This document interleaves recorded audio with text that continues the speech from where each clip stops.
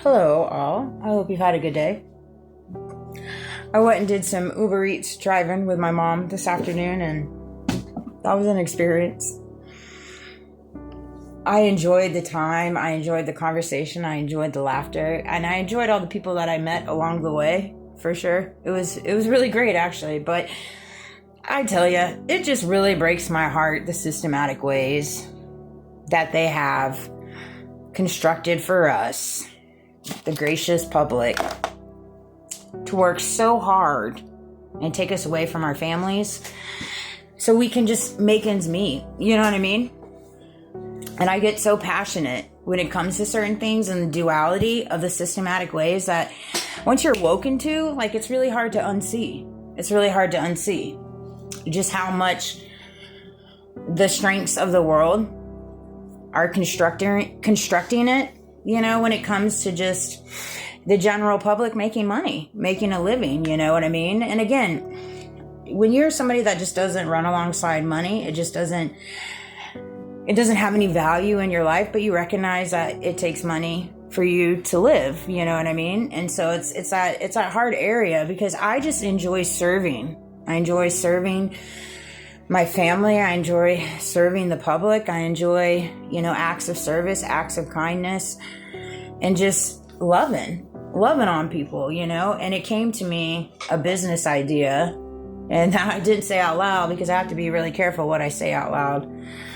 And I have to be when I change my routine up, I change it up specifically for a reason, just because I understand the systematic ways that follow me, you know what I mean? And I don't say things out loud specifically for a reason and this and that, whatever. And it came to me, I was in conversation with someone. It is very easy for people to judge people based off their habits, right, that people carry, whether it's shopping, overindulging, living above your means, addictions, alcoholism, smoking, sky's the limit, right? I mean, you can honestly have an addiction to an ego. There's that portion of it. You can have an addiction to pride. There's that venture of it too. You can slap addiction on any facet of life, quite frankly, is the way I see it.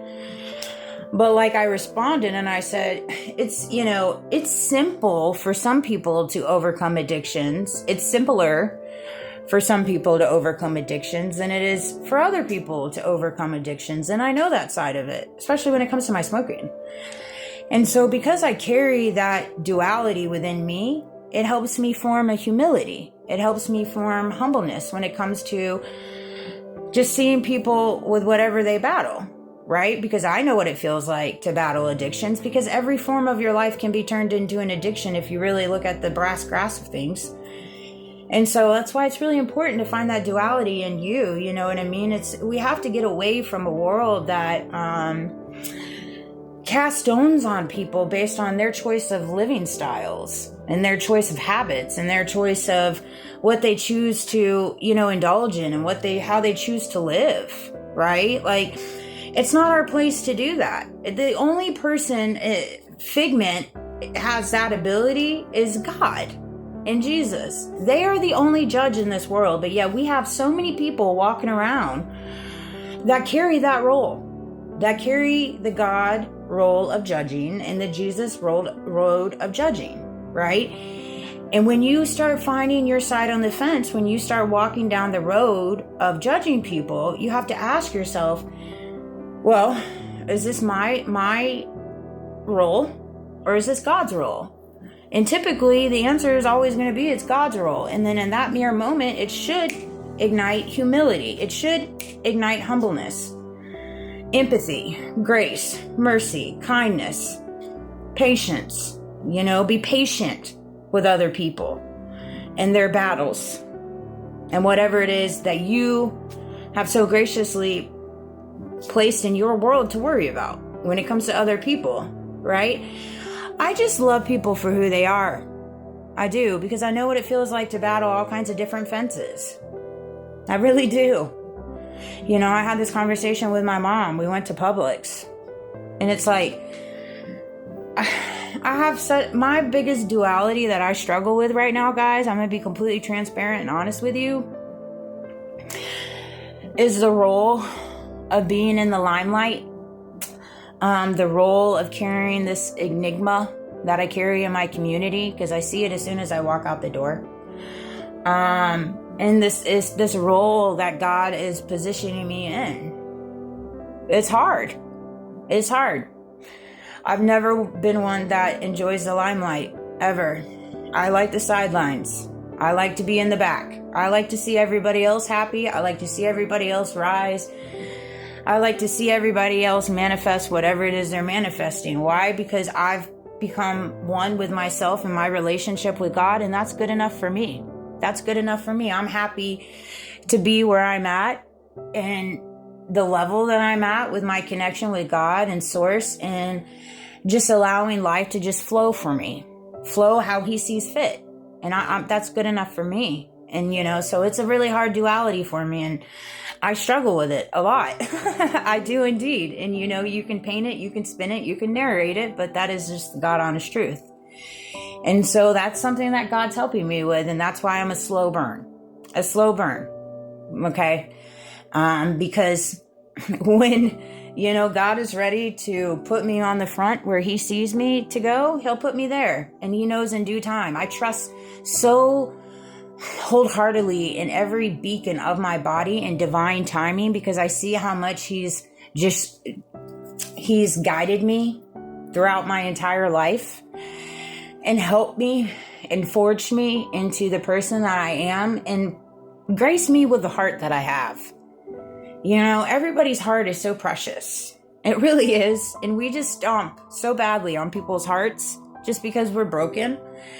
And it makes us feel better to stomp on other people's hearts because we don't want to recognize that we are broken inside and we are fighting demons inside our head. And so instead of taking accountability and looking in the mirror and facing our different ventures within ourselves, it's just easier for us to judge and continue walking around with a mask, you know? And so I just say this, you know, when you find yourself in your day-to-day activities and your thoughts are taking you down different roads, when it's thinking about other people, whether it's in positive or negative, you know, if you think about other people, you should always think about other people in a positive light.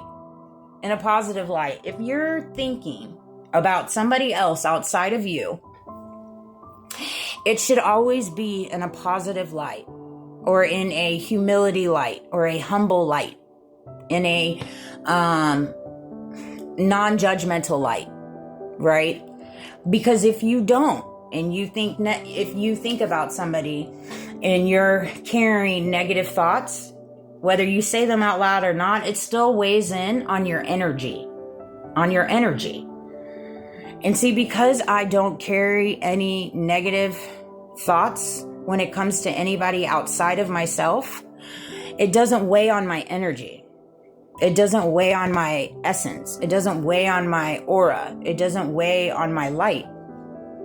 And I'm not sure this video makes sense. You know, I'm not sure it'll resonate. I hope that it does. Take away with what resonates for entertainment purposes only. But I had it on my heart. It's crazy to me how people work so hard, you know, and it's just unfortunate. So both, you know, income providers in a household, if you're lucky to have to work very, very hard to take care of their children.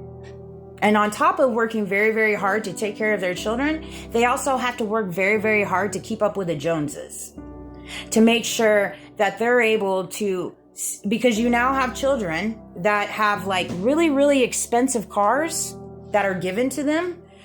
And then you have parents that are not in a position to do that. So then again, you have your children now feeling less than, they're not adequate because they don't get to drive the Audis. They don't get to drive the Beamers like their 5 friends do. So then you're a crappy parent, right? And so that not only puts a negative aspect on the child, but it also puts a negative aspect on the parent. And see, and that's just one angle of it. That's just one angle of it. And it's so sad. It's so sad You know, and I know as well as I say this, there's parents out there that feel the same way I do. And I'm here to say